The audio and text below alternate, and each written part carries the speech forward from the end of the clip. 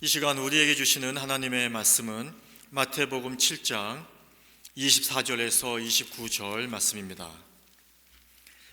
마태복음 7장 24절에서 29절 말씀 다 같이 한 목소리로 함께 읽겠습니다. 그러므로 누구든지 나의 이 말을 듣고 행하는 자는 그 집을 반석 위에 지은 지 애로운 사람 같으리니 비가 내리고 창수가 나고 바람이 불어 그 집에 부딪히되 무너지지 아니하나니 이는 주추를 반석 위에 놓은 까닭이요 나의 이 말을 듣고 행하지 아니하는 자는 그 집을 모래 위에 지은 어리석은 사람 같으리니 비가 내리고 창수가 나고 바람이 불어 그 집에 부딪힘에 무너져 그 무너짐이 심하니라.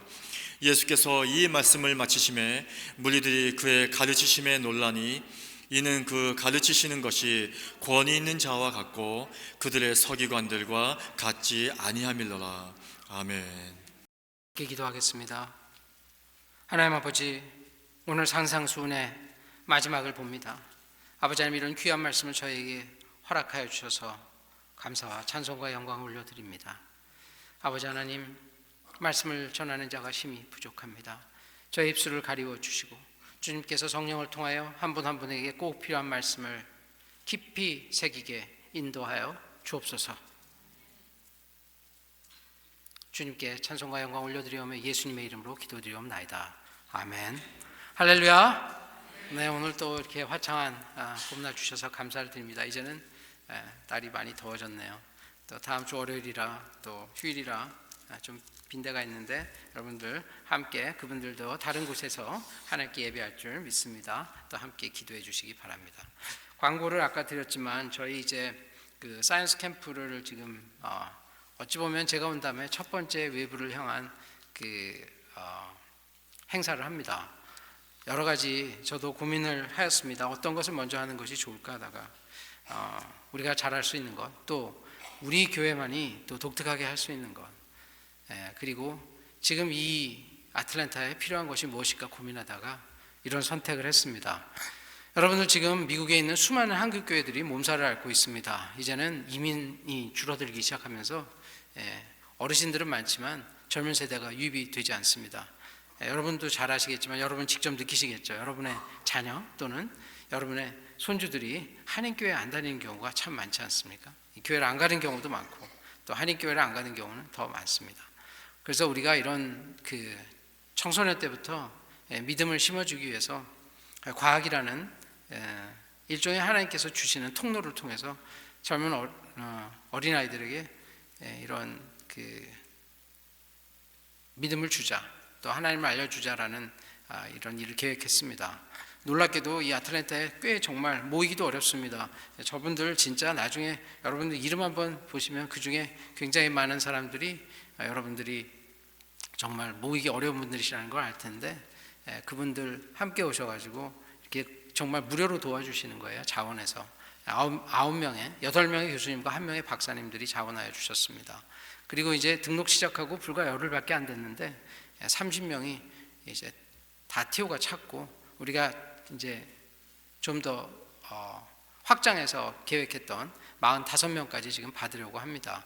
여러분들, 이것을 위해서 이 교회 행사라는 의미로 기도해 주시는 게 아니라 여러분 자녀들 또 손자들이 이런 교회들을 얻기를 바라시는 마음으로 여러분들이 함께 기도해 주십시오. 제가 저희 종종 말씀드리지 않습니까? 제가 물리적으로 한국에 가지 못하니까 저희 부모님들을 케어하기가 참 어렵습니다.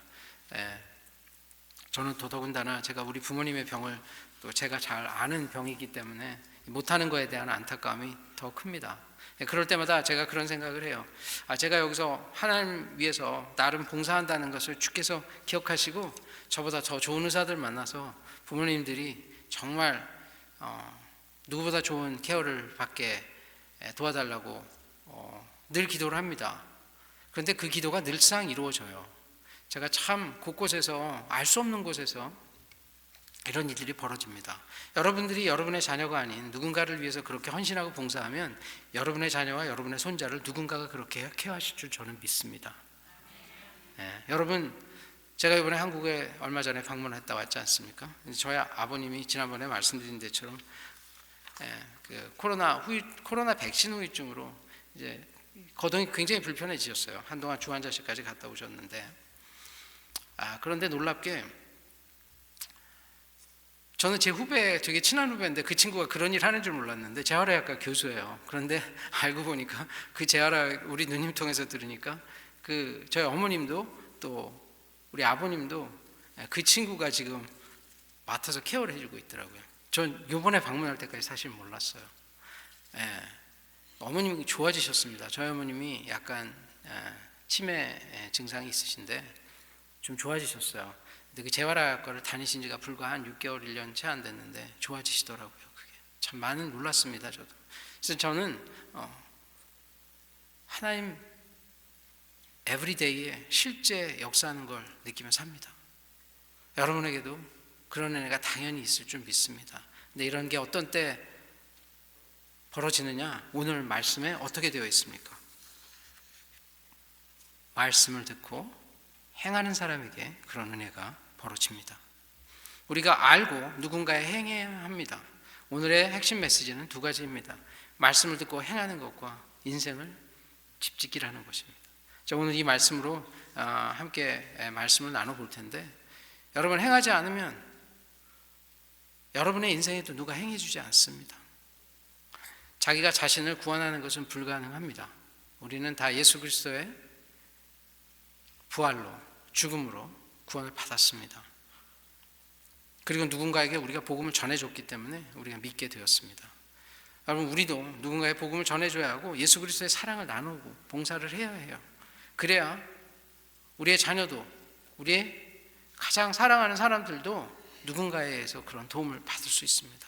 그렇게 서로 엮여가는 공동체예요. 우리 오늘 말씀이 여러분, 제가 이 몇 달에 걸쳐서 산상 설교를 강해 설교를 하면서 오늘이 그 결론 부분이거든요. 여러분 이 말씀을 좀 깊이 새기는 귀한 은혜가 있기를 간절히 축원합니다. 우리 지금 13절에서 27절까지 이제 이게 우리가 보고 있는데요. 여기가 이제 결론인데 한마디로 얘기하면은 뭐냐면 하나님하고 붙어 있고 행동하라 그런 뜻이에요. 지금 산상수훈에서 굉장히 긴 이야기를 드렸습니다. 첫 번째는 팔복 이야기를 드렸고 크리스천의 아이덴티티, 이것이 빛과 소금이다. 그 다음에 이웃과 관계하는 방법에 대해서 이야기했어요. 노하지 마라, 간음하지 마라, 그 다음에 원수 갚지 마라, 1마일 가자고 그러면 2마일 가져라, 왼뺨을 때리거든 오른뺨 대줘라. 그 다음에 하나님하고 관계하는 법, 금식, 기도, 구제, 이 얘기를 드렸죠. 그리고 나서 하나님으로 우선순위를 바꿔라. 그래서 보물을 하늘에 쌓아라, 그 얘기를 드렸습니다. 그러면서 걱정하고 근심하지 마라. 자, 우리가 점점 앞에서 원칙을 얘기하고 조금씩 노하지 마라 뭐 이런 얘기부터 조금씩 해가면서 뒤로 가는데 갈수록 어려운 이야기를 계속 하고 계셔요. 이 산상수훈에 나와 있는, 산상설교에 나와 있는 이 말씀을 인생이 다 우리 인간들이 지키면서 산다는 건 불가능에 가깝습니다. 그런데 여러분, 우리가 불가능에 가깝다고 성경이 포기하라는 이야기를 거기다 주시지는 않았습니다. 분명히 이야기를 지키라고 주신 말씀이에요. 그런데 하나님 우리 형편을 잘 아시죠. 그러다 보니까 이거 완벽하게 지키지 않더라도 하나님 봐주시는 거예요. 복음이라는 거는 제가 종종 말씀드리지 않습니까? 복음이 뭡니까? 그렇게 다 살지 못해도 방향성이 맞으면 그런 걸로 쳐줄게, 봐줄게, 이거예요. 그렇기 때문에 우리도 상대방에 대해서 너무 빡빡하게 하지 마라. 남들에게 그렇게 비판하는 잣대를 들이대지 마라. 용서해 줘라. 이게 복음의 핵심 메시지입니다. 우리가 예수 그리스도를 믿으면서 인생이 빡빡해지고 남에 대해서 잣대가 더 세지고 점점 남을 비판하게 되고 남에 대해 강팍해지고, 이건 전혀 복음의 메시지가 아니죠. 복음의 메시지의 기본은 우리는 좀 더 하나님 믿으면 믿을수록 사람이 소프트해져야 돼요. 교회 와가지고 여기 좀 틀린다고 저분 저게 아니고요, 이게 아니고요, 자꾸 입에 그게 아니고요, 이게 아니고요, 그렇게 하면 안 됩니다, 저렇게 하면 안 됩니다. 이건 복음이 아니에요, 여러분. 복음은 그냥 둬두는 거예요. 좀 용납해 주는 겁니다. 많이 배우고 많이 알고 많이 경험한 사람이 부족한 사람들을 참아주는 겁니다. 내비두는 거예요. 그냥 둬두는 겁니다. 이게 하나님의 메시지입니다. 그래서 여러분, 그러다 보니까 어떻게 됩니까? 자꾸 컴플레인하지 말고 욕하지 말고 불평하지 마라. 이게 복음의 현실적인 메시지예요. 우리가 하나님 굉장히 많이 안다고, 예수 그리스도 많이 안다고 복음 들고 나가서 복음 전도한다 그러면서 늘상 안에는 분노가 가득 차 있는 분들이 계셔요. 하나님이 내 안에 지배하고 계시면 분노가 그렇게 가득 찰 수가 없어요. 불평불만이 찰 수가 없어요. 그건 복음과 절대 맞지 않습니다. 그런 일들이 벌어지지 않아요. 그런 일이 벌어질 때마다 무슨 생각하셔야 되냐면, 내 안에 복음이 어디로 도망갔나? 내 안에 내가 받았던 예수 그리스도는 어디로 도망갔나? 그것만 열심히 하시면 됩니다. 또 하나, 그렇게 우리 안에 복음이 차면 성령의 게이지가 높아져요. 성령님 우리 안에 점점 충만해지죠. 어떻게 됩니까? 우리를 통하여 옆 사람이 변해갑니다. 옆 사람이 변하지 않으면 스스로도 고민해 봐야 돼요. 내가 가진 신앙이 부족하니까 도무지 나는 본이 안 되는구나. 저는 목사로서 일할 때마다 그런 생각합니다. 요즘에 성도님들이 안 변하면 속 상할 때가 있죠. 그러면서도 늘 그 생각합니다. 내가 부족하니까, 내가 하나님을 잘 대변하지 못하고 제 삶이 그것에 택도 못 미치니까 성도님들도 변할 수가 없지. 그런 생각합니다. 겉으로 볼 때는 제가 탓할 때도 있겠죠. 그러나 근본적으로 저는 그렇지 않습니다. 여러분 가정이 안 되면 자녀를 탓할 수는 없잖아요. 여러분이 가장이셨는데. 그렇지 않습니까?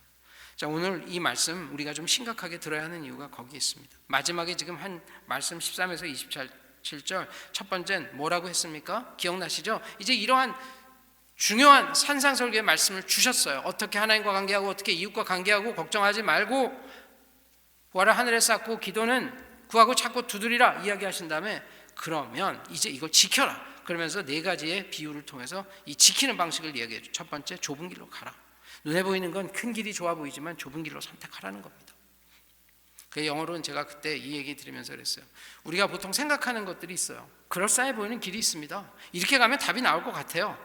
그런데 그 길 선택하면 잘못 가죠. 그래서 많은 경우 자기의 생각과 반대되는 것이 기도응답이다. 그러면서 제가 그걸 카운터 인투이티브, 우리의 정서라든지 생각에 반하는 쪽이 하나님의 기도응답일 때가 많다. 이걸 잘 기억하셔야 돼요. 그때 우리가 보암직하고 먹음직스러운 거를 따라가는 길이 아니라, 그때는 좀 힘들고 어려워 보여요. 그리고 저게 확률상 맞지 않는 것처럼 보입니다. 그런데 그거를 선택하시라는 거예요. 예수님을 믿는다는 것은 그것을 과감하게 선택할 줄 아는 것이에요. 그런데 이게 처음에 쉽지가 않아요. 이게 쉽지가 않기 때문에 여러분, 공동체에서 그걸 경험한 사람들이 필요한 거죠. 아직까지도 경험을 진짜 못하신 분들이 그런 척 하실 게 아니라 이제라도 경험을 한번 하시겠다고 결단을 하십시오. 한번 하면 그 다음 단계 하는 게 조금 더 쉽고요. 또 한 번 해서 경험이 생기면 그 다음 단계가 쉽습니다. 조금씩 경험해 봐야 해요. 자, 우리는 복음에 나와 있는 상상수훈을 다 이론으로는 꽤 많이 아셔요. 왜냐하면 어떤 목사님도 어떤 교회를 오래 다니다 보면 이 산상 설교 이야기를 안 하시기는 어렵습니다. 설교의 이런저런 형태로 이야기는 여러 번 들으셨거나 몇 번은 들으셨을 겁니다. 중요한 건 그 중에 몇 개를 해보셨냐는 거예요. 완벽하지 않더라도 해보려고 하셨냐는 거예요. 하나님께서 가장 중요하게 보시는 것은 그분의 마음의 중심이라고 말씀하셨어요. 마음의 중심을 신학자들이 종종 그런 표현을 써요. 하나님에 대한 경향성, inclination, 하나님 쪽으로 가려고 하는 그런 게 있느냐 하는 거죠. 이게 있으면 크리스찬이고요. 여기서 멀어져 있으면 멀어진 크리스찬이에요. 우리가 마음 안에 그런 갈망이 있어야 해요. 지금 안 되는 거 압니다. 어떻게 왼밤 이렇게 때렸는데 오른밤 대주고 오리 가자는데 심지 갈 수 있겠습니까? 인간이 참 하기 어려워요. 그런데 그건 안 돼가 아니라 한번은 해볼까? 한번 저 사람이 오리 가자는데 오늘 이게 마음에 와닿는데 한 번은 심리를 가져볼까? 저 사람이 원하는 게 이건데 맨날 안 들어주는 게 아니라 저 사람이 원하는 걸 한 번은 들어줘 볼까? 이런 마음 한 번이라도 갖고, 저는 그런 표현 종종 쓰지 않습니까? 그런 척이라도 한 번. 이 마음을 주시는 성령님이 딱 이렇게 마음을 주셨는데, 지금 교회를 보면 그걸 그래도 해보려고 하시는 분들이 계시는가 하면, 또 어떤 분들은 그래요. 또 그래, 좋은 이야기지. 내가 뭐 할 게 있겠어. 그냥 좋은 이야기야. 그래서 교회 문 나가면서 또 다 잃어버리시는 분들이 계셔요. 우리 그러지 말자라는 겁니다. 한번 그 마음, 그래서 우리는 신앙이 우리 안에 점점 올라올수록 어떻게 됩니까? 시각이 우리가 갖고 있는 평상시의 시각에서 하나님의 시각으로 조금씩 바뀌어가는 거죠. 하나님의 시각이 바뀐다는 건 성경이 조금 더 익숙해지는 것이고, 성경의 말씀을 행해봐야겠다는 생각이 조금씩 드는 것이고, 어찌 보면 성경의 말씀이 우리와 부딪히는 거예요. 우리는 죄성이 있기 때문에 성경 말씀을 딱 보면 그렇게 하고 싶지는 않아요. 이게 죄성을 가진 우리 인간의 한계이지 않습니까? 날마다 여러분 구제하고 금식하고 기도하라고 했는데 정말 그걸 지키는 분이 몇 명이나 되겠습니까? 그런데 그래도 우리가 그때, 제가 기억나시겠지만 금식 한번 하시죠 그랬는데 금식하신 분 계셔요. 저도 했습니다. 저 말씀 전하면 하려고 해요. 저는 완벽하게는 못한다는 건 이미 알고 있어요. 제가 갖고 있는 인간적인 한계와, 그러나 해보려고 합니다. 저는 그 해보려고 하는 그 마음을 하나님께서 거기에 복 주신다고 믿는 사람이에요. 불가능하다고는 알아요. 우리가 압니다.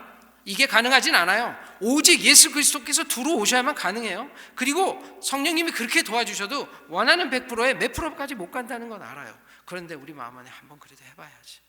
전도하려니까 한 번은 해봐야지. 참으려니까 내가 이거 못 참는 건데 한번 참아봐야지. 불평하지 말라니까 불평 한번 안 해봐야지. 걱정 근심하지 말라니까 적어도 이번 주일은 그래도 걱정 근심 안 해야지 하는 이 결단을 한 번이라도 한다는 것은 나의 마음이 예수 그리스도에 향해 있는 거죠. 그분을 뭐로 인식하는 겁니까? 우리 지난주에 봤던 주님이라는 것은 두 가지 의미를 갖는다고 말씀을 드렸어요. 그분이 우리를 구원하신 구세주다. 두 번째는 그분이 우리의 주인이시기 때문에 시키는 대로 한다, 순종한다, 이 이야기입니다. 우리가 이 일들이 우리 인생에서 한꺼번에 확 벌어지지 않습니다. 너무나 잘 압니다. 그런데 안 하면 아예 안 벌어져요. 조금 하면 놀랍게 내가 부은 건 일 같은데 어느 날 가보면 그 항아리에 5이 차 있는 것을 우리가 봅니다. 우리가 이것을 뭐라고 표현합니까? 이것을 은혜라고 표현해요. 기본적으로 우리에게 은혜를 주셨습니다. 그 받은 은혜가 우리 안에 더 커지려면 어떻게 해야 됩니까? 우리는 그 은혜에 반응을 하라는 얘기예요. 그 이야기가 오늘의 이야기입니다. 오늘의 결론이 뭐냐? 결국 그 이야기입니다. 하나님께서 이렇게 많은 말씀도 주시고 여러분을 이 말씀 듣는 자리까지 불러주셨는데 이 은혜에 반응하라. 은혜에 어떻게 반응하냐? 거기에 말씀하신 산상두는 대로 한 번쯤 살도록 노력해봐라. 그래서 오늘 저는 행동하라 이야기를 여기서는 행하라, 영어로 act 이 이야기를 이렇게 해석해드리고 싶어요. 한번 해봐라. 한번 해보세요. 한번 해보면 그 일이 자기가 생각했던 것보다 쉽다는 걸 알게 됩니다. 여러분 경험이 있으시죠? 성경을 몇 가지, 성경은 많이 아는 게 중요한 게 아니라 거기서 몇 개 해봤냐가 더 중요합니다. 완벽해서 100점 이게 중요한 게 아니에요. 나는 딱 2가지는 너무 잘해. 나는 딴 건 모르는데 기도 하나는 100점이야. 오케이. 그런데 나머지는 0.0.0.이 아니라 우리가 기도가 한 8, 90점 되더라도 우리가 그 안에 할 수 없었던 나의 워낙 성정과 나의 성격상 이건 절대 못하는 일인데 한 번쯤 해보는 거죠. 100 중에 1개 해보는 겁니다. 용서하지 하라고 하셨으니까 용서할 수 없는데 그냥 용서하는 척이라도 마음으로라도 한 번쯤 하나님 제가 용서 한번 해볼게요. 얼굴 보니까 용서가 잘 안 돼요. 그런데 한번 용서하는 척이라도 해보는 거죠. 이게 그리스도인입니다. 그리스도인은 별 다른 게 아니에요. 제가 점점 깨달아가는 거는 그리스도인은 말씀대로 다 살 수도 없는 존재지만 그것을 포기하지 않고 끊임없이 우리가 거기서 분투하면서 애써보겠다고 그럴 때마다 하나님을 찾게 되죠. 그 찾는다는 것 자체가 하나님에 대한 신뢰예요. 우리는 믿음 그러면 믿고 천국 가는 그것만 생각하는 게 하는데 그것을 넘어서서 우리가 그렇게 이런 일들이 벌어질 수 있을 거라는 그 가정이 현실화되는 걸 보고 싶어하는 그 갈망, 이게 믿음입니다. 우리 인생에 그런 일들이 조금씩 쌓이다 보면 우리 안에 어떤 일이 벌어지냐? 예수 그리스도를 닮은 모습이 나타납니다. 여러분 거울을 볼 때 여러분 스스로 원하는 모습이 보이시나요? 저는 제가 와서 그래도 조금 기쁜 게 하나 있어요. 1년 됐는데요. 성도님들 표정이 제가 왔을 때보다는 밝아지셨어요. 그게 되게 진짜 감사하는 일 중에 하나예요. 그 밝아졌다는 건 결국 하나님께서 우리와 함께 하셔서 그들에게 기쁨을 주시고 평안을 주신다는 하나의 증거이기 때문에 그렇습니다. 우리가 씨 뿌리고 당장에 열매를 거둘 수는 없잖아요. 그런데 씨를 뿌리고 그래도 먼저 나타나는 것들이 그러한 마음의 평안. 우리가 조금 더 나가서 어떤 일이 벌어지기를 기대하냐면, 우리가 어떤 사역을 잘 감당하고 이런 일이 벌어지면 그것도 좋지만요, 먼저는 우리 안에 그런 마음이 따뜻해지는 사람들이 많이 늘어났으면 좋겠어요. 서로 남을 볼 때 비판의 시각으로 바라보는 게 아니라 서로 긍휼한 시각으로 바라보는 사람들이 많았으면 좋겠습니다.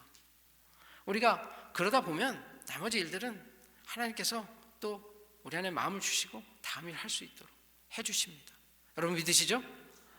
우리 안에 그런 놀라운 하나님의 역사가 있기를 간절히 축원드립니다. 자, 오늘 그런데 이 말씀은 사실은 그 무서운 말씀이기도 합니다. 뭐냐면 사실 이것을 종말론적으로 해석한다면 사실은 그렇습니다. 이 말이 그 심판에 대한 메시지이기도 해요. 우리 지금 마지막에 그렇게 안 할 때 지었던 집이 없어진다 그런 이야기를 하시거든요. 어떻게 되냐면 26절에 나의 이 말을 듣고 행하지 않는 자는 그 집을 모래 위에 지은 어리석은 사람 같으니 비가 내리고 창수가 나고 바람이 불어 그 집에 부딪히면 무너져서 그 무너짐이 심하리라. 근데 이게 재미납니다. 무너짐이 심하리라 그랬지 완전히 또 망했다고는 안 하셨어요. 이게 우리가 성경을 1차적으로 우리가 스스로 보고 큐티 잡고 하라고 말씀드리는 게 이 구절에 대한 해석은 신학적으로는 크게 보면 두 가지입니다. 하나는 종말론적으로 믿는 사람이지만 잘못하면 구원을 잃을 수도 있다는 얘기를 하는 거고요. 또 하나는 우리의 삶에 있어서 우리가 살아가는 그 신앙생활이라는 게 우리가 집 짓기에 가깝다. 그래서 정말 예수 그리스도의 복음 안에 뿌리 내리고 집을 제대로 짓지 못하면 날아간다. 그런 두 가지 큰 의미가 있는데요. 잘 보면 마지막에 무너지면 심하다는데 망한다까지는 얘기가 없으시더라고요. 그래서 저는 이걸 읽다가 예수님께서 마지막에 영어로 톤 다운이라고 그러죠. 그 약간 강한 메시지를 약간 줄이셨구나 그런 생각을 했어요. 이것도 은혜입니다. 더 심하게 얘기하실 수도 있는데 비유를 통해서 끝까지 쓸어버리시겠다고는 안 했거든요. 그러면서 노아의 홍수 얘기가 나와요. 우리 하나님께서 약속하셨습니다. 내가 다시는 물론 너희를 심판하지 않겠다고. 근데 그런 이야기하고도 맞아떨어져요. 참 성경을 잘 보면 이게 성령님이 저자라는 것들이 성경의 디테일에 들어가 볼수록 이거 하나님이 한 분이 사람에게 영감을 주셔서 썼다라는 것들이 점점 드러납니다. 여러분, 그래서 제가 여러분들 성경을 자꾸 본인이 읽으시려고 애를 쓰시라는 거예요. 남으로부터 해석된 이야기를 듣는 것이 아니라 그러다 보면 시험 빠지기도 쉽습니다. 잘못되기가 너무 쉬워요. 오늘도 이야기를 잘 보면 행동하라는 거거든요. 기독교인이 행동하라. 그런데 우리가 받아들였던 신앙 중에 하나가 그냥 믿고 고백하기만 하면 구원 받는다. 그것도 표현이 틀린 말씀은 아닙니다. 그러나 인간이 하나님의 뜻을 다 글로 담기에는 한계가 있어요. 하나님의 어떤 모습은 그런 부분도 있으시고요. 또 이런 부분이 있으십니다. 어떤 건 옳고 어떤 건 그르다는 게 아니에요. 그렇다고 인간이 노력해서 구원받는다는 이야기가 아닙니다. 이것은 당연히 그 행위 구원을 이야기하는 것은 아니에요. 예수 그리스도가 돌아가심으로 우리가 구원받았다는 거에는 의심의 여지가 없어요. 우리가 스스로 우리의 구원을 쟁취할 수 없습니다.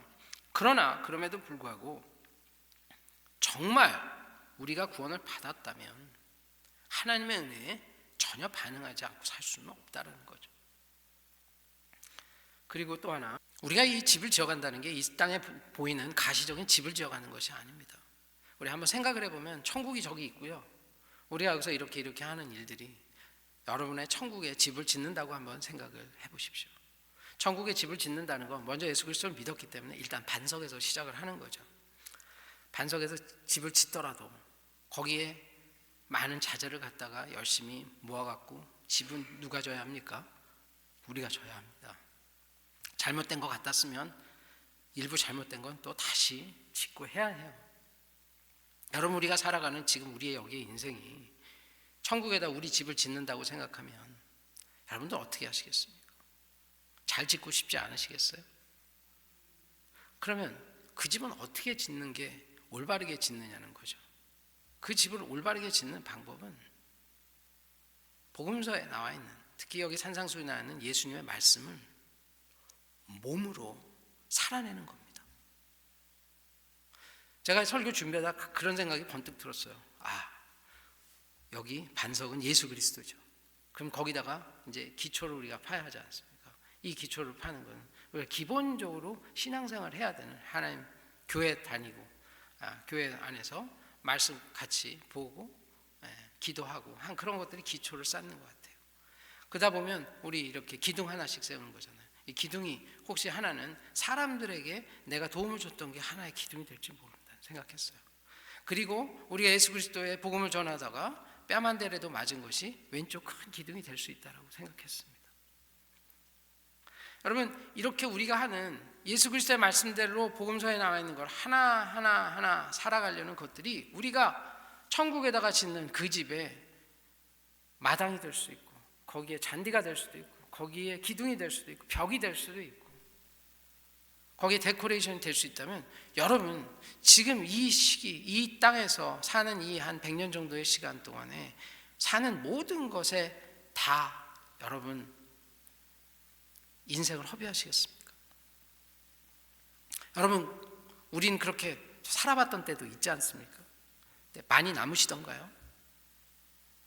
우리가 집 짓는 걸 딱 본인의, 우리가 이제 지난주는 그걸 이제 성령의 열매, 개인의 인격과 성품이라는 표현으로 말씀을 드렸습니다. 그런데 우리가 짓는 집은 본인 딱 개인에게만 한정된 게 아니에요. 여러분이 가정은 그것도 여러분이 지으신 겁니다. 여러분의 가정이 어렵고 힘들다고 하면 여러분 그것도 누가 책임지셔야 합니까? 우리가 삶으로 지은 집이 하나의 결과가 그 집이에요. 본인 자녀가 만약에 예수님 안 믿어요, 그러면 그게 그 친구만의 책임일까요? 전에도 제가 한번 교회로 와서 저도 말씀드렸지만, 우리가 이민사회에서 1세대에서 고생하면서 자녀들 이렇게 열심히 가르친 게 뭡니까? 열심히 공부해서 성공해야 된다, 의사해야 된다, 변호사 해야 된다, 교수해야 된다, 돈 많이 벌어서 사업에 성공해야 된다. 그래서 그런 사람이 많이 나왔습니까? 안 나왔습니까? 나왔어요. 좋은 대학 나온 사람들이 많습니다. 우리 교회만 하더라도 자녀분이나 손자분 중에 인류대학 간 사람이 얼마나 많으세요? 그런데 여러분들 자녀 중에 영적 리더는 좀 있으신가요? 우리는 본 자녀들이 그거 잘 되게 해놓고, 그래서 그대로 뿌린 대로 거두신 거예요. 그래 놓고 시간이 지나가 보니까 신앙을 잃었는데, 연세가 드시면 드실수록 뭐가 중요하다는 걸 이제 깨닫게 되죠. 세상에 있던 지위와 명예와 이런 것들 어차피 시간 가면 금방 가요. 그리고 요즘 또 은퇴하고 나면 살아야 될 기간이 너무 많기 때문에 옛날에 뭐 한 자리 했던 게 별로 중요하지도 않아져요. 은퇴하면 많이 먹지도 못하니까 돈 많이 벌어도 드실 것도 저 줄잖아요. 집도 더 필요하면 많아지면 커지면 어떡합니까? 청소하기만 귀찮아요 요즘에. 그리고 연세 드실수록 교회만 나와야 되는데 뭐 장신구 많이 하고 나올 수도 없잖아요. 이게 아이러니인데 이게 현실이 돼요. 그러니까 우리가 점점 무엇을 가르쳤어야 하는데 놓친 겁니까? 자녀들에게 신앙을 물려주는 게 더 중요했어요. 그럼 여러분 이제라도 여러분의 가문을 세우시려면 어떻게 해야 됩니까? 여러분 손자들에게, 자녀들에게 뭐부터 얘기해야 될까요? 우선순위 바꿔라. 공부 중요한 게 아니야. 공부하지 않더라도 교회는 빠지지 마. 여러분 이런 얘기하는 부모가 많으세요? 별로 없어요. 저희 아버님 목사님이셨는데 저한테 그랬다 그랬잖아요. 내일 시험은 주일날 교회 안 가도 저희 아버지도 말씀 안 하셨어요. 그러니까 제가 어땠습니까? 젊은 시절에 잃었다니까요, 신앙을. 점점. 그러다 보면 타락합니다. 이거 예외가 없어요. 표현하고 안 하고 속으로 얼마나 굶어 썩었느냐 그 문제지 실제 타락해요. 저는 제가 경험해봤기 때문에 너무 잘 알고, 겉으로 아무리 그럴싸해도 저는 안 믿습니다. 제가 젊은 이 대학생들 전도를 좀 하거든요. 근데 전도를 하는 이유가 있어요. 걔네 마음을 들어갔다 나온 것처럼 안다고 애들이 종종 얘기하더라고요. 제가 그 시절 어떻게 지낸지 아니까. 제가 보는 학생들이 인류대학 나온 친구들이 많거든요. 거기 포스닥들은 더 인류대학 나온 친구들이 많아요. 그럼 뭐합니까? 속으로는 다 썩고 힘들고 어렵고. 그런데 여러분, 우리는 그래서 교회가 이제는 우선순위 바꾸고 우리 교회가 그 친구들, 젊은 사람들에게 해줘야 되는 이야기가 있어. 무엇입니까? 우선순위 바꿔서 하나님 먼저 열심히 섬기고 그 다음에 나머지 일을 해라. 그러면 어떤 일이 벌어질 것인가? 그러면 그 나머지 일을 하나님이 해주신다는 것이잖아요. 요게 믿어져야지 되는 거예요. 근데 이걸 어떻게 믿어집니까? 이론으로는 절대 안 믿어져요. 왜냐하면 다른 애들은 그 시간에 공부하거든요. 근데 제가 하나님에게 확 돌아서면서부터 바꿔봤잖아요. 우선순위. 손해를 안 본다니까요. 이건 경험으로밖에 알 수 없어요. 하나님의 일을 먼저 하는 사람에게 하나님이 손을 붙들고 계십니다. 그렇기 때문에 절대 일에서 문제가 더 안 생기고 세상에서 손해 안 봐요. 더 크게 됩니다. 깊게 땅을 파는 일과 같아요. 땅이 깊어지고 기반이 깊어져야 큰 건물을 세울 수 있잖아요. 우리는 혼자 노력해서 얻은 것만 얻은 거라고 생각할 때가 많아요. 그러다 보니까 그 방식으로 일합니다. 그 방식으로 돈도 벌고요. 그 방식으로 일도 합니다. 그런데 어떤 순간 하나님이 확 들어오면 그때부터는 내가 일을 하는데 하나님이 열을 해주시네. 이걸 경험하면 그 다음부터는 방식이 바뀌죠. 근데 여기까지 가는 그 과감함이 너무 없어요. 그게 좁은 길을 선택하는 겁니다. 예수님한테 붙어 있는 거예요. 세상의 방식을 따르지 않는 겁니다. 한번 행해보는 거예요. 한번 해보는 거죠. 우리 교회가 제가 꼭 말씀드리고 싶은 게 우리가 큐티하고 셀그룹 하자면서 제가 말씀드리는 그 핵심 뭐냐면 말씀에 뭐라고 하시는지 보고 그대로 한번 같이 행해보자는 거죠. 그리고 그 개인과 그 그룹에 어떤 변화가 생겼나 보자는 거죠. 왜냐하면 제가 그동안 그렇게 조금씩이라도 해보려고 했던 것들이 열매가 꽤 많이 생기더라고요. 이거는 표현할 수가 없어요. 그런데 주변에 보니까 저보다 열매 더 많이 맺으신 분들도 있고 더 하나님 깊이 사랑하는 분, 하나님께 더 깊이 은사받은 분, 더 순종 잘하는 분이 많이 계시죠. 그런데 또 의외로 놀랍게 그렇지 않은 분들도 너무 많으세요. 그래서 거기서 발걸음 좀 떼보시라는 거예요. 오늘 예수님의 말씀도 산상설교를 정리하면서 딱 그 얘기를 하세요. 이 말을 듣고 행하는 자는 그 집을 반석 위에 지은 지혜로운 사람 같으니, 이 구약에서 말하는 지혜로운 사람인 건 이제 유대인들의 트레디션에서 가장 뛰어난 사람을 표현하는 겁니다. 조금 더 한 단계 나가면 구원받은 사람이라는 표현이에요. 그러니 나를 듣고 행하는 자는 반석 위에 지은 지혜로운 사람 같으니, 그 사람들이 하나님께 가장 사랑하는 사람이라는 거죠. 우리 구약에 가보면 지혜는 무엇이라고 했습니까? 하나님을 두려워하는 것. 우리 올 연초에 했었죠? 잠깐 기억나세요? Fear of the Lord. 하나님을 두려워하는 것. 그러니까 하나님을 두려워한다는 것이 무엇입니까? 이것이 지혜와 지식의 근본인데, 하나님을 두려워한다는 것은 하나님을 의식하기 때문에 하나님의 말씀을 따르려고 하는 거예요. 그래서 이것은 행동으로 옮겨지게 되었습니다. 지혜롭다는 것은 하나님을 의식하는 것이고, 하나님을 의식하면 하나님의 말씀을 들어야 하죠. 이것을 우리는 교회 용어로 뭐라고 합니까? 순종.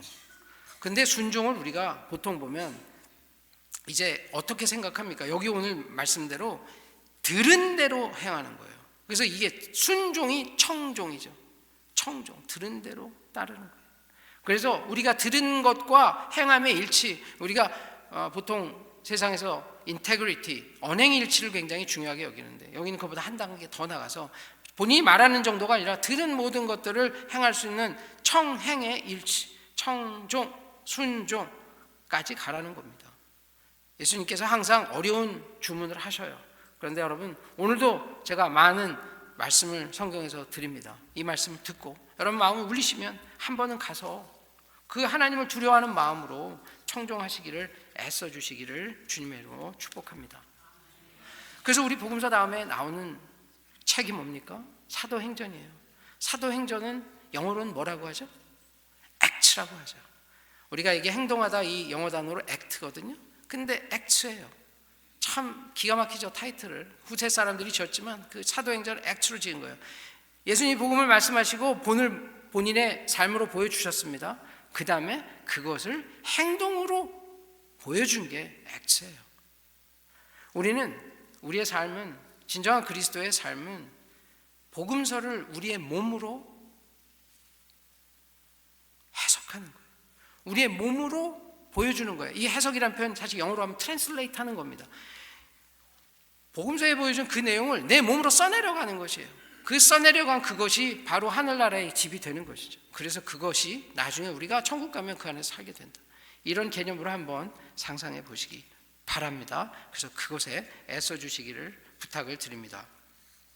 최근에 제가 이 애쓴다는 표현에서 어떤 걸 봤냐면, 한국에서 이제 한국 갔다가 저녁 때 이렇게 유튜브를 켰는데 최강 야구라는 걸 하더라고요. 최강 야구. 보니까 은퇴한 야구 선수들이 이제 나와서 게임하는 건데, 거기에 보니까 뭐 초창기에는 이승엽 같은 위대한 선수들이 뭐 감독도 하고 선수도 뛰고 뭐 이런 걸 하는데, 그 한 사람 한 사람이 그 은퇴해서 정말 얼마나 이제 몸이 옛날 같지 않겠습니까? 그런데 그 PD가 프로그램을 정말 절묘하게 만든 게, 젊은 현역 선수라고 막 경기를 붙이는 거예요. 뭐 18세 이상 국가대표하고도 붙이고 현역 대학팀하고도 붙이고 심지어는 프로야구 2군 팀하고도 경기를 시키게 해요.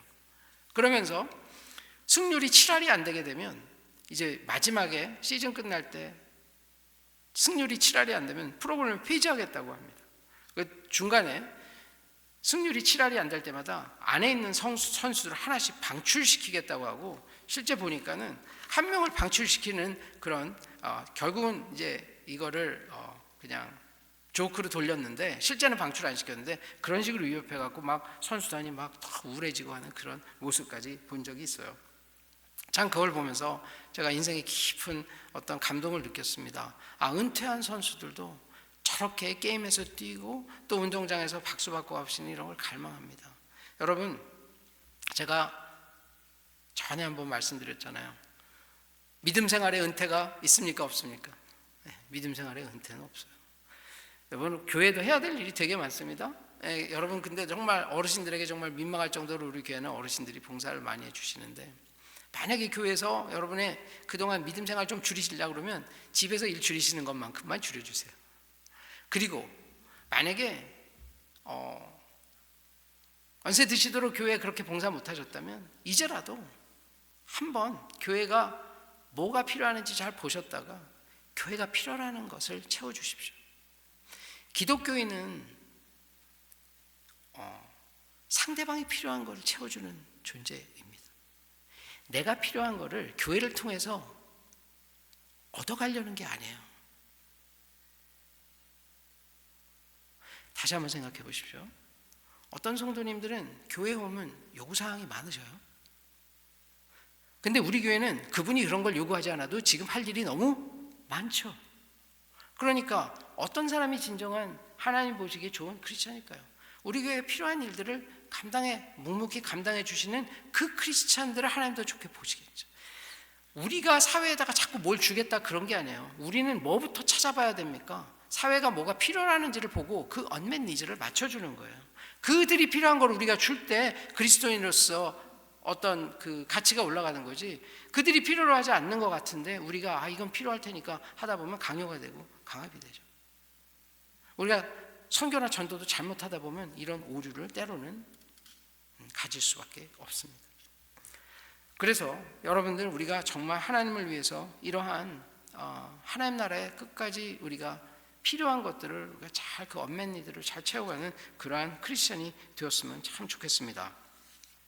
그리고 그런데 오늘 성경에 보면 이 반석과 모래가 있는데 사람들이 반석보다 모래를 선택하는 이유가 있겠죠. 모래에다가 집을 지으면 어떨까요? 쉽지 않겠습니까? 일단 땅 파는 게 쉽겠죠. 그러니 이 이야기는 무슨 이야기냐면, 반석을 선택해서 집을 짓겠다고 하는 것이 기독교인들이 선택해야 하는 일인데, 그 일이 어떻다는 겁니까? 더 수고롭고 힘들고 시간이 걸린다는 이야기예요. 그러니 기독교인이 되어 간다는 것은, 다시 말씀드리면, 수고롭고 힘들고 시간이 걸리고 어렵다라는 뜻이에요. 이때까지 믿음 생활했는데 난 너무 행복하기만 하고 좋았어 라는 사람은 사실은 믿음 생활 정확하게는 제대로 안 해본 거죠. 세상에서 힘든 거 말고요, 하나님이 주신 일을 감당하다가 힘들고 시간 걸리고 속 태웠던 그런 일들이 있느냐, 이것이 기독교인의 마커예요. 이걸 안 하면 어떤 일이 벌어집니까? 그거보다 더 큰 고난이 세상으로부터 옵니다. 왜냐하면 자꾸 인간이 그게 나는 괜찮은데 밖에서 오는 게 아니라 인간은 하나님을 가까이 하지 않다 보면 죄를 짓기 때문에 많은 고난은 우리가 스스로 자초한 경우가 많이 있어요. 우리가 불러들인 경우가 많죠. 하나님에게 훨씬 더 빠져 있으면 그런 고난이 다른 방식으로 오는데 그것이 하나님 위해서 애쓰고 수고하고 이 안반을 파는 시간이 걸리지만 이건 판 것만큼 득이 또 됩니다. 세상의 고난과는 많이 다르죠. 우리가 그래서 기독교인이 된다는 것이 그렇게 쉽게 정말 쉬운 복음, 우리 예수님 믿고 입술로 고백하면 천국 가, 이런 거는 수사에 불과합니다. 이게 아니라 진정한 우리가 기독교인이 되어 간다는 것은 오늘 예수님의 말씀처럼 우리가 행동해야 하는 것이고 집을 지어가는 것이에요. 반석에다. 이 집을 지을 때에 반석인 예수 그리스도가 문제가 되는 경우는 없죠. 그 안에서 노력하지 않는 우리의 문제가 있겠죠. 그러나 이것이 어렵고 힘들더라도 우리가 열심히 하다 보면 그것이 그리스도에게 뿌리 내리는 일이기 때문에 나중에 세상 풍파가 밀려와도 어떤 일이 벌어집니까? 흔들림이 없습니다. 집의 가장 기본적인 목적은 무엇입니까? 우리를 보호해 주는 데 있어요. 집은 보호의 목적이 가장 큽니다. 이 보호의 가장 기본적인 목적이 우리가 지은 그 신앙의 집이 달성해 줄 수 있습니다. 주님께서 그곳에 함께 하시기 때문에 우리가 노력한 것이 위대해서가 아니라 그 일을 하다 보면 하나님하고 어떤 관계가 생기지 않습니까? 우리가 갖고 있는 믿음의 능력이라는 것은 하나님하고 관계한 연륜이에요. 사실은 하나님을 경험해 봤기 때문에 하나님 누구신지를 아니까 하나님이 신뢰가 가는 거죠. 하나님이 다 갖고 계시잖아요. 다 갖고 계신 하나님을 여러분 다 테스트해 보셨습니까? 걱정 근심이 많다는 것은 하나님이 어떤 분이신가를 경험해 본 게 얇을수록 하나님의 믿음은 작아질 수밖에 없어요. 믿음이 자랄 수가 없지 않습니까? 그래서 때로는 우리의 생각과 다른 하나님의 어떤 생각을 주시면 그걸 우리가 해보려고 애써야 합니다. 실천해 봐야 해요. 우리가 그렇게 정말 우리 눈앞에 두 가지 편한 길과 어려운 길, 반석과 이런 모래가 있을 때 우리는 기꺼이 이 반석을 택하고 이 반석에서 최선을 다하는 그런 신앙생활을 해야 합니다. 그걸 하면 할수록 우리는 뿌리가 더 깊이 내리니까 우리가 붙들고 있는 것 같지만 실제적으로 예수 그리스도께서 우리를 붙들고 계시잖아요. 그러니까 우리는 어떤 어려움이 와도 그 어려움을 다 잘 겪어낼 수 있는 겁니다. 그럴 때마다 성령님이 도와주십니다. 자, 오늘 말씀을 정리하면서 이런 이야기 한번 드리고 싶습니다. 여러분의 삶의 가장 중요한 문제는 우리가 어떤 사람으로 살기를 원하냐가 여러분에게 결정되어 있느냐는 겁니다. 여러분 정말 우리가 기독교인이라고 얘기하면서 예수 그리스도께서 원하시는 모습, 예수 그리스도의 모습으로 살아가겠다고 여러분 한 번이라도 진정으로 결단한 적이 있으십니까? 예수 믿고 구원받겠다가 아니라 오카는 목사님 돌아가시면서 한번 그런 이야기 하셨죠. 점점 보다 보니까 구원이라는 것은 예수 그리스도를 닮아가는 그것이다. 구원이라는 게 예수 믿고 천국 가는 그런 개념은 아주 초보적인 개념이에요. 구원에 여러 가지 개념이 있습니다. 그러나 더 우리가 하나님 많이 알아갈수록 예수 그리스도를 믿는다는 것은 닮아가겠다는 그 열망이거든요. 그런데 여러분, 저는 여러분에게 한번 여쭤보고 싶습니다. 저에게 어제 밤에 다시 한번 저에게도 물어봤어요. 여러분, 우리의 목표가 글로 정해져 있습니까? 예수 그리스도 닮아가겠다는 걸로 정해져 있습니까? 그러면 지금의 우리의 모습이 부족하고 많이 안 되더라도 우리 지금 산상설교에서 말씀하신 그 예수 그리스도께 원하는 아이디어라는 사람, 애통해하는 사람, 그 애통해하는 사람, 그 심령이 가난한 사람, 그 모습이 하나님께서 가장 원하는 모습이라고 이야기하셨잖아요. 그러면 우리는 벌써 굉장히 하나님에게 가까운 거예요. 그런데 그것을 아예 그냥 나는 이렇게 살다가 말래 하는 그 결정을 하고 기독교인으로 살아가신다고 하면 우리는 끊임없이 이 세상에서 반석 위에 집을 지었다가 부실공사에서 또 잘못되거나 아니면 모래 위에 집을 지어놓고 왜 내 집은 자라지가 않고 문제만 생기면 이렇게 허물어지나를 한탄하는 그런 크리스찬이 될 수밖에 없습니다. 우리가 다시 한번 회개하면서 하나님에게 다시 한번 잃었던 예수 그리스도의 방향성을 찾고 그 안에 우리가 집중해서 거하겠다는 그런 결단, 그리고 그 복음을 우리의 몸으로 써야겠다는 그런 결단하시는 우리 성도님들 한 분 한 분 되시기를 주님의 이름으로 축원합니다.